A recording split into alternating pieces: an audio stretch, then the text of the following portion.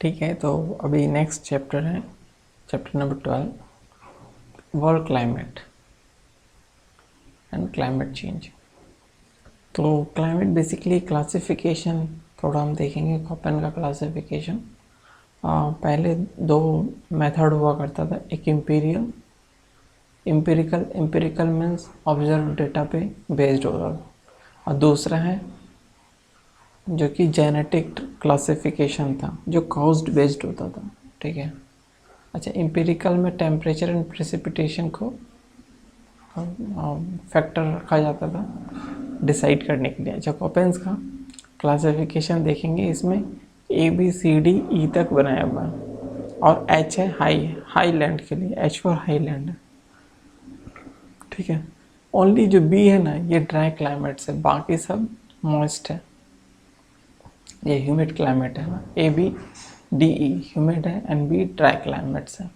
यहाँ पे और भी चीज़ें हैं, जैसे कि उसने फर्दर क्लासिफिकेशन किया है F फॉर नो ड्राई या फुल मॉइस्चर कह सकते हैं। ठीक है, मॉइस्ट। उसके बाद S for summer and W for winter dry, M for monsoon. Okay, और B को उसने फर्दर क्लासिफाइड किया S फॉर स्टेपी और W फॉर डेजर्ट। ठीक है, क्यों भाई, D तो पहले ऑलरेडी यहाँ पे कोल्ड था। अब अगर A से लेके E तक चलेंगे ना, तो अगर हम लोग ऐसे सर्कल देखते हैं तो A यहाँ पर है, फिर B C D E ऐसे करके, और B को बीच में रख दिया ज़ेरोफाइट। ओके, यहाँ देखेंगे ट्रॉपिकल का मतलब हो गया कि इसका जो कोल्डेस्ट मंथ है वो 18 डिग्रीज और उससे हाइयर होगा। सेकेंड है जो ड्राई क्लाइमेट्स है ना, यहाँ एवोपोरेशन ज़्यादा होगा प्रेसिपिटेशन से। देन वार्म टेम्परेचर में क्या होता है कि 3 डिग्री से 18 डिग्री के बीच में होगा टेम्परेचर मिड लैटिट्यूड में।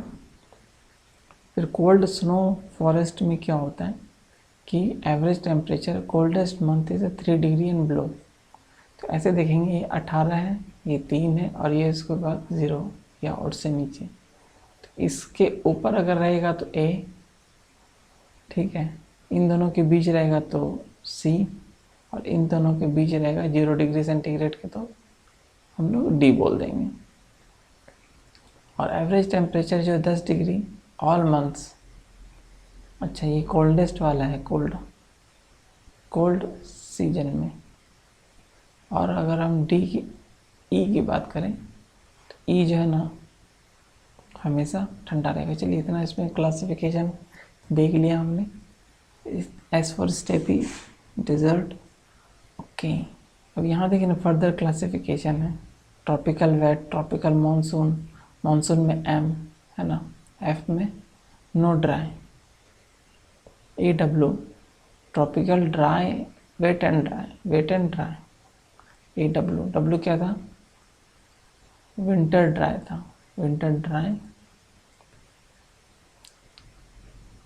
Dry season.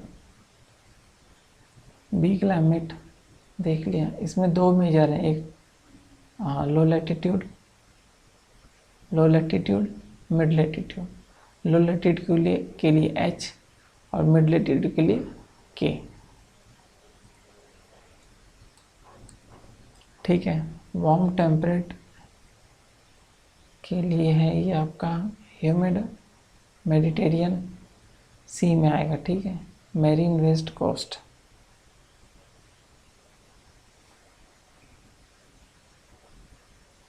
No dry season, dry hot summer,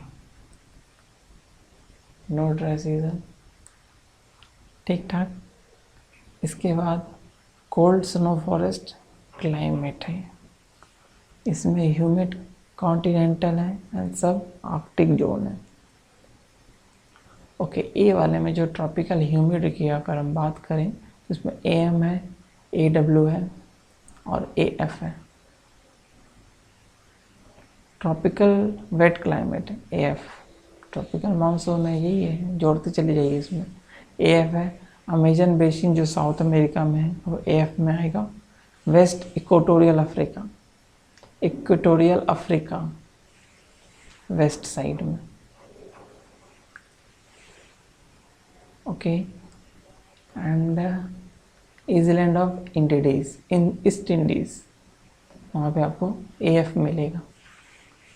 thunder storm afternoon के बाद मिलता है, और annual range of temperature is negligible है, मतलब एनुअल रेंज ऑफ टेम्परेचर नहीं मिलेगा। यहाँ पे 30 डिग्री टेम्परेचर होता है आपका, maximum, minimum 20 degree. Green forest, tropical monsoon AM, जैसे कि अपना इंडियन सब continent, north east part of south America, north east part of south America, ये इस तरह से यहाँ पर जो बनता है साउथ अमेरिका में। देन नॉर्थर्न ऑस्ट्रेलिया, जैसे ये ऑस्ट्रेलिया बनता है ना, तो ये नॉर्थ वाला पार्ट, यहाँ वाला पार्ट, जहाँ पे विंटर ड्राई होगा, जैसे हमारे यहाँ विंटर ड्राई होता है। Tropical wait and dry climate में, है ना, ये tropical wet and dry climate AW, dry winter dry,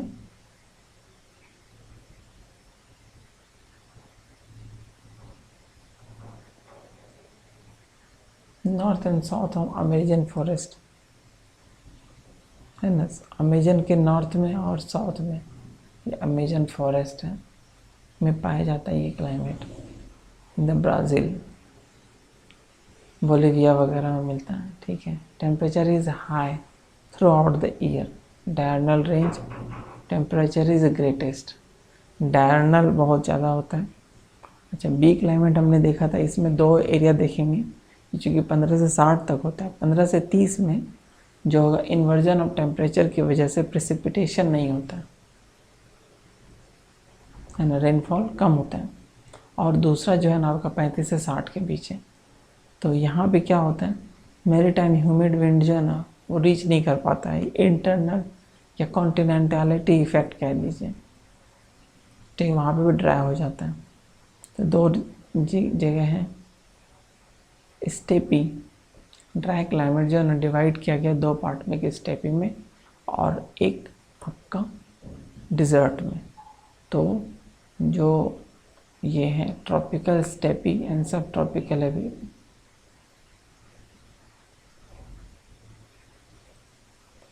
ठीक है। अच्छा, इसके बाद फर्दर ये डिवाइड किया गया 2 पार्ट में, यही है सब ट्रॉपिकल में और मिड लैटिट्यूड में। मिड लैटिट्यूड हमने देखा था, यहाँ पर है मिड लैटिट्यूड, शायद है, हाँ, K से है मिड लैटिट्यूड और H से है आपका लो लैटिट्यूड। हो गया। इसके बाद BSH क्या है, सब ट्रॉपिकल स्टेपी, एंड आगे देखेंगे हम लोग डिज़र्ट। तो स्टेपी जो है वो आपका लोकेटेड रहता है transition zone between humid and dry climate में स्टेपी मिलेगा, इतना ध्यान रखेंगे। रेनफॉल जो होता है ना वो both the climate is high variable.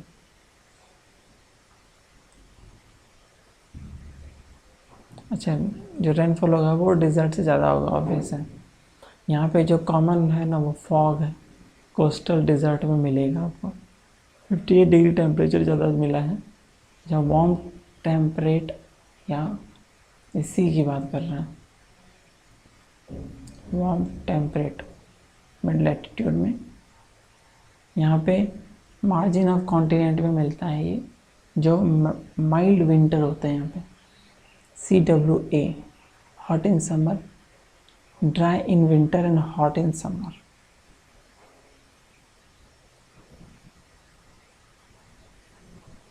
ठीक है। ऑकर्स यहाँ देखिए ह्यूमिड में ना पोल वार्ड होता है, ये ट्रॉपिक्स के ऊपर और नीचे होगा ह्यूमिड सब ट्रॉपिकल क्लाइमेट, जैसे south China interior plain. Mediterranean climate में क्या होगा आपका, वेट विंटर होता है एंड ड्राई समर होता है।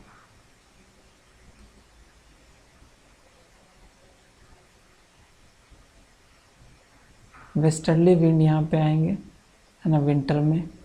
Climate characterized by hot and dry summer, and mild and rainy winter. Monthly average temperature is 25 degree and winter में 10 डिग्री से नीचे चला जाता है। और यहाँ पे प्रेसिपिटेशन बहुत कम होता है, 35 से 90 डिग्री सेंटीमीटर ओनली। यहाँ पे जैसे कैलिफोर्निया हो गया, सेंट्रल चिली हो गया, कोस्ट ऑफ साउथ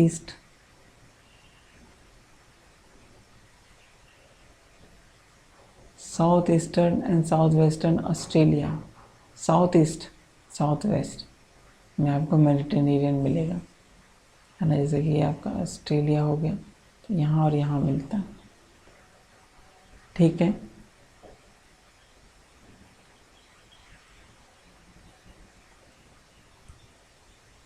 और सबसे ज़्यादा जो मेडिटेरेनियन सी में मिलेगा, इसलिए वहाँ का नाम पड़ गया है।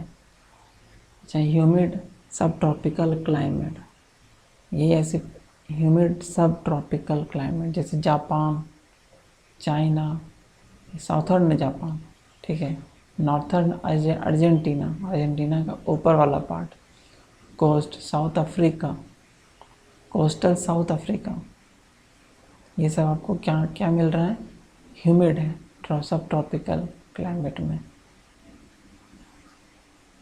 अनस्टेबल है ना, cause rainfall throughout the year. अच्छा, रेनफॉल हमेशा मिलता रहता है।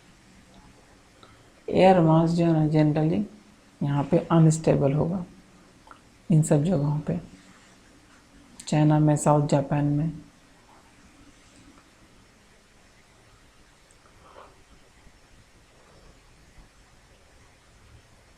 And eastern coast of Australia, जिसमें कि annual average of precipitation very from 75 से 150। Mean monthly temperature is 27 degree और 12 से 15 का वेरीज करती है विंटर में। अच्छा, मरीन वेस्ट कोस्ट क्लाइमेट, ये जो है बेसिकली लोकेट करता है pole ward from the Mediterranean climate. Mediterranean के ऊपर जितना भी जाएगा वो क्या हो जाएगा, ये मरीन वेस्ट कोस्ट क्लाइमेट। जैसे कि ये मेन एरिया है पर north west of Europe, west coast of North America, America का वेस्ट ये वाला पार्ट, एंड नॉर्थ कैलिफोर्निया, ठीक है, उधर ही है। साउथ चिली के साउथ में नीचे की तरफ, and south east of Australia and New Zealand. मतलब ये सब अच्छा जगह है रहने के लिए। Due to marine influence the temperature is moderate. अच्छा, ये मरीन टेम्परेचर की वजह से, मतलब करंट की वजह से यहाँ पे मॉडरेट रहता है, warmer than the it's latitude. यहाँ पे 15 से 20 डिग्री सेंटीग्रेड होगा विंटर में, समर में 15-20 डिग्री और विंटर में 4 से 10 degree. Annual and daily ranges of temperature is small, daily ranges small होगा वैसे कि कोस्टल रीजन में है। प्रेसिपिटेशन ऑकर्स, अरे भाई इतना वेरिएशन है इसमें, 50 से 250 सेंटीमीटर। ओके जी। कोल्ड स्नो फ्रॉस्ट, डी कहते हैं ना, डी फ्रीज में रखते हैं ना, ठीक, कोल्ड फ्रॉस्ट है।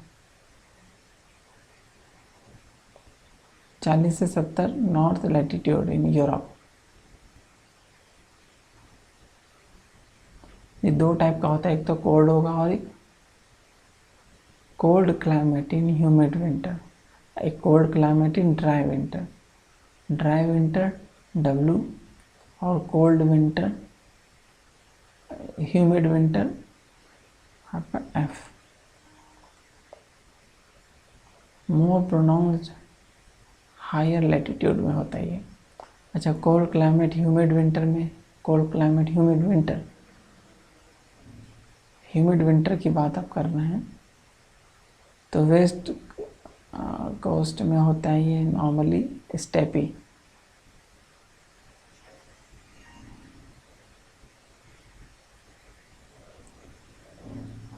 पोल वार्ड विंटर मोर सिवियर, ठीक है। तो यहाँ पे ड्राई विंटर वाला जो कोल्ड क्लाइमेट है, विंटर में ड्राई होगा, ये northern Asia, north east Asia, north east Asia. Freezing point, precipitation बहुत ही कम, इतना ध्यान रखेंगे। अच्छा, पोलर क्लाइमेट में क्या होता है, एक तो आपका टुंड्रा आ गया और आइस कैप आ गया। टुंड्रा ET और आइस कैप EF, T और F, यही है। मॉसेस वगैरह, लाइकेंस वगैरह, फ्लावरिंग प्लांट्स वगैरह यहाँ पे उगते हैं।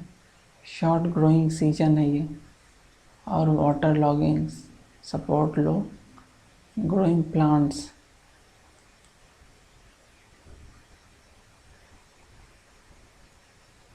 अच्छा, ड्यूरिंग समर में जो है ना यहाँ पे लॉन्ग डे लाइट होता है, इतना रखेंगे याद टुंड्रा रीजन में।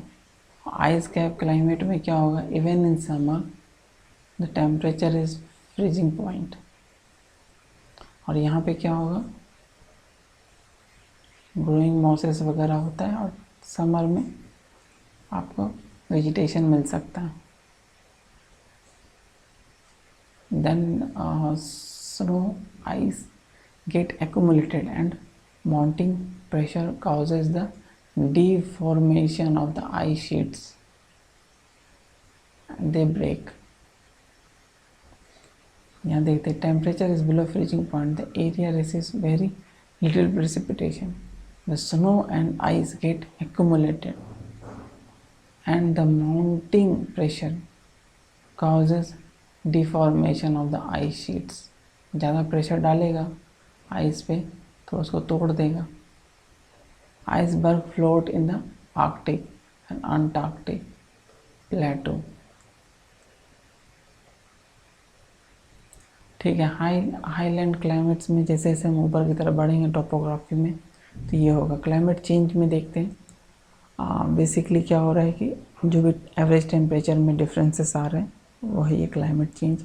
क्लाइमेट चेंज रिसेंट पास्ट में बहुत सारी चीज़ें हुई है। अच्छा, काउजेज में इम्पॉर्टेंट है, एक तो एस्ट्रोनॉमिकल होता है और टेरेस्ट्रियल होता है। एस्ट्रोनॉमिकल में सन स्पॉट एक्टिविटीज़ एक माना जाता है जिसमें कूलर एंड वेटर होगा अगर सन स्पॉट का संख्या ज़्यादा है तो, और अगर कम है तो क्या होगा, ड्राई होगा। अच्छा, यहाँ देखेंगे अगर सन स्पॉट का नंबर ऑफ सन स्पॉट ज़्यादा होंगे तो ग्रेटर स्ट्रॉमनेस होगा। जैसे मान लो साइक्लोन्स वगैरह ज़्यादा आएंगे, ये वो तो स्टेट ज़्यादा होगा, स्टॉर्म्स ज़्यादा होंगे, ठीक है। एंड ये उतना प्रूफ नहीं है। इसके बाद मिलनकोविच ऑसिलेशंस, एक थ्योरी है मिलनकोविच ऑसिलेशन जो साइकिल को डिनोट करता है ना। एक्सियल मूव जो रोटेशन हो रहा है अर्थ का, इसको बोलते हैं वॉबिंग ऑफ द अर्थ, ठीक है। ये अपने एक्सियल टिल्ट पे। तीसरा है वॉल्केनिक, ये एरोसॉल रिड्यूस कर देता है सन रेडिएशन को। ग्रीन हाउस इफेक्ट,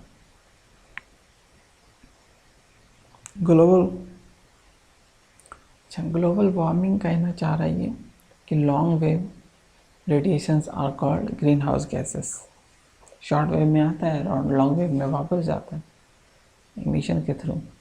अब यहाँ देखते हैं कुछ ग्रीन हाउस गैसेस हैं, जैसे कि ये कार्बन, ये ozone, carbon dioxide, nitrous oxide, CFC, methane. लेकिन ये नो और को है ना, नो को, ये काफ़ी एक्टिवली इसके साथ पार्टिसिपेट करता है ओजोन मतलब गैस के साथ, सॉरी ग्रीन हाउस गैसेस के साथ, ठीक है। इसके बाद थोड़ा आगे देखते हैं। कार्बन डाइऑक्साइड जो है एटमॉस्फेयर में काफ़ी लंबे टाइम तक रहते हैं। Ozone hole Arctic, not Antarctica, Antarctica में प्रिवेल है, जिसकी वजह से रेडिएशन से इनपुट होता है। Kyoto protocol 2000